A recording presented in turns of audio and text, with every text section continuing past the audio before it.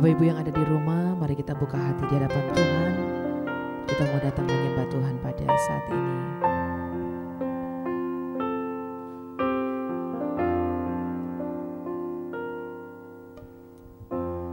Bapa, Kau mendengar seruan hatiku, tak pernah Kau lepaskan dari kasih-Mu. Lewat lembah kelam, Kau temani aku.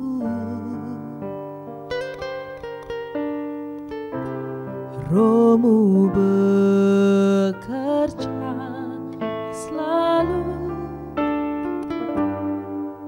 untuk kebaikanku,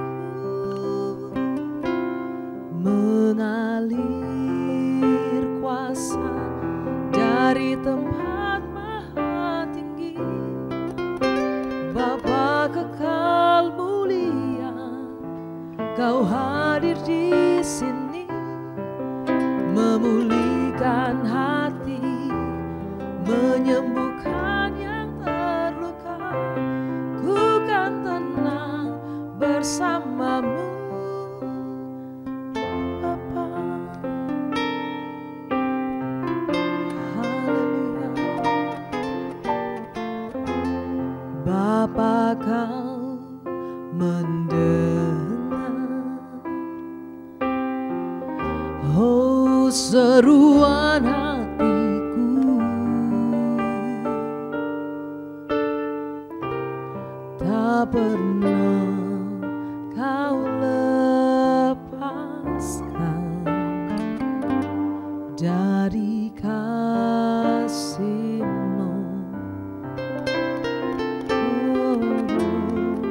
Lewat lembah kelam, Kau temani aku. Roh-Mu bekerja selalu untuk kebaikan, mengalir kuasa dari tempat maha tinggi. Bapa kekal mulia, Kau hadir di sini, memulihkan hati, menyembuhkan yang terluka. Ku kan tenang bersama-Mu, Bapa. Oh, mengalir kuasa dari tempat maha tinggi. Kau Bapa kekal mulia, Kau hadir di sini, memulihkan hati, oh menyembuhkan yang terluka. Ku kan tenang bersama-Mu, Bapa.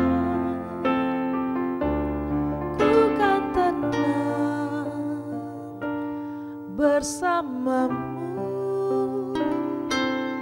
Bapa.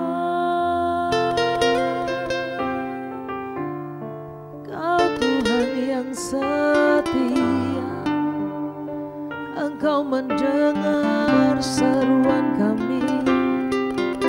Kami datang di hadirat-Mu, kami sujud menyembah-Mu Tuhan. Engkau Bapa yang setia, Engkau Bapa yang baik bagi kami. Kami sembah, kami tinggikan Engkau, kami agungkan Engkau. Sungguh kami memuji Engkau, Kau Allah yang ajaib, Tuhan yang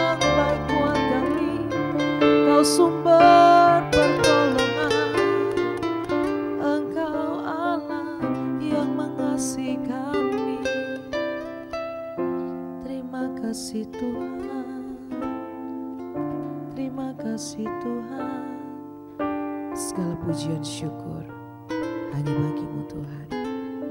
Haleluya.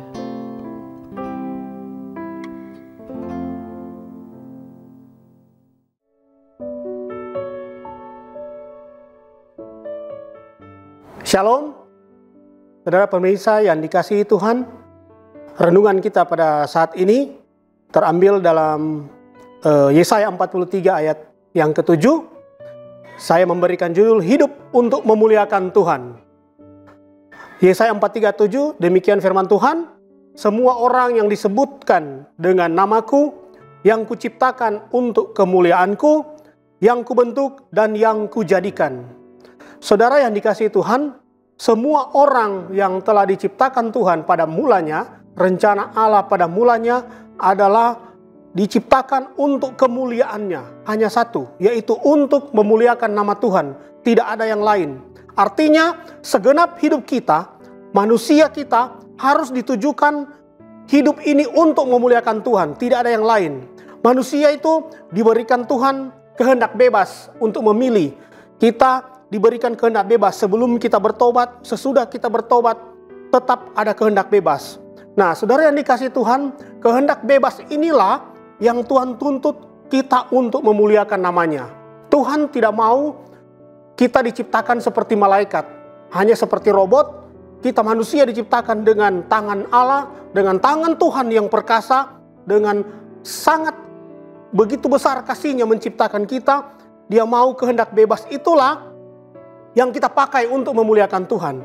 Saudara yang dikasihi Tuhan, dalam setiap kegiatan aktivitas apapun yang kita lakukan, apapun status kita, apapun kesibukan kita, apapun gelar kita, hendaklah saudara yang dikasihi Tuhan ingat bahwa satu tujuan Tuhan menciptakan kita hanya untuk kemuliaan namanya, bukan kemuliaan kita, bukan kemuliaan diri kita sendiri. Nah, saudara yang dikasihi Tuhan, lewat renungan kita pada saat ini, saya ingin membagikan dengan apakah kita dapat memuliakan Tuhan. Saudara, di dalam hal kita memuliakan Tuhan, tidak seperti yang kita bayangkan. Memuliakan Tuhan tentu punya makna atau punya pandangan yang dari Tuhan, punya standar dari Tuhan, bukan standar kita. Nah, dengan apakah kita dapat memuliakan Tuhan? Saya bagi dalam 4 hal. Yang pertama, dengan tubuh kita. 1 Korintus 6 ayat 20. Tubuh kita adalah bait Roh Kudus. Nah, cara memuliakan Allah dengan tubuh kita hanya dengan merawat sewajarnya, tanpa berlebihan, menjauhkan dari pencemaran hawa nafsu, menjaga kekudusan. Hanya bisa kita lakukan kalau ada Roh Kudus dalam kita. Saudara yang dikasihi Tuhan, berbicara tentang kekudusan itu relatif. Karena kekudusan itu hanya Tuhan yang kerjakan. Ketika kita percaya Kristus, menerima Dia sebagai Tuhan dan Juru Selamat, maka kekudusan itu sudah ditaruh kepada kita. Kita sudah disucikan, kita sudah dikuduskan dengan kuasa darah Yesus. Dan posisi kita saat ini telah menjadi orang kudus karena darah Kristus. Nah, tubuh kita yang sudah ditebus, baik Roh Kudus yang sudah diam di dalam kita, hendaklah kita jaga dengan sempurna supaya tubuh kita ini dapat memuliakan Tuhan. Membuat hidup kita berguna, membuat hidup kita bermanfaat buat orang lain dengan penampilan tubuh kita. Orang lain senang melihat penampilan tubuh kita hanya untuk kemuliaan nama Tuhan, bukan untuk kemuliaan kita. Yang pertama itu. Yang kedua, dengan apakah kita dapat memuliakan Tuhan? Yaitu dengan perbuatan kita. Saudara yang dikasihi Tuhan, dalam Matius 5 ayat 16, demikianlah hendaknya terangmu bercahaya di depan orang, supaya mereka melihat perbuatanmu yang baik dan memuliakan Bapamu yang di sorga. Saudara yang dikasihi Tuhan, di dalam kita memuliakan Tuhan, selain tubuh kita pakai untuk kemuliaan nama Tuhan, kita juga pakai perbuatan kita untuk memuliakan nama Tuhan. Perbuatan yang kita lakukan setelah hidup dalam Kristus atau lahir baru, inilah yang dikategorikan memuliakan Tuhan dengan perbuatan kita. Bukan sebaliknya. Ketika kita belum bertobat, kita melakukan kebaikan-kebaikan, itu tidak masuk dalam hitungan memuliakan Tuhan dengan perbuatan kita. Saudara yang dikasihi Tuhan, berbicara tentang perbuatan memuliakan Tuhan atau kelakuan karakter kita, di luar sana, orang yang tidak percaya Kristus banyak punya hidup dengan cara hidup yang sangat baik. Cara hidup yang lebih rendah hati, cara hidup yang sangat sopan. tetapi mereka tidak mengenal Kristus. Nah, apakah ini dikategorikan memuliakan Tuhan? Tidak, saudara yang dikasihi Tuhan. Tetapi yang Tuhan mau kita yang sudah dalam Kristus, kita harus berbuat baik. Perbuatan-perbuatan baik kita diperhitungkan setelah kita masuk dalam tahap pertobatan. Arti kata hidup di dalam Kristus. Bukan berarti kita sudah tidak jatuh lagi atau kita sudah lepas dari dosa, jatuh dalam perbuatan dosa. Tidak, saudara. Kita masih hidup di dunia. Ada kemungkinan kita bisa jatuh, ya. Tetapi Tuhan menyediakan kita pengampunan, pertobatan yang senantiasa Tuhan kerjakan dalam hidup kita. Saudara yang dikasihi Tuhan, kasih anugerah Tuhan itu tidak akan pernah lepas dari apa yang Tuhan sudah kerjakan dalam hidup kita, yaitu memberikan pertobatan yang luar biasa. Saudara dikasihi Tuhan, Matius 3 ayat 8 berkata, jadi hasilkanlah buah yang sesuai dengan pertobatan. Arti kata perbuatan kita, kelakuan kita harus berbalik 180 derajat ketika kita sebelum bertobat. Nah, kita harus memuliakan Tuhan dengan perbuatan-perbuatan yang baik, melakukan hal-hal yang baik untuk kemuliaan Tuhan.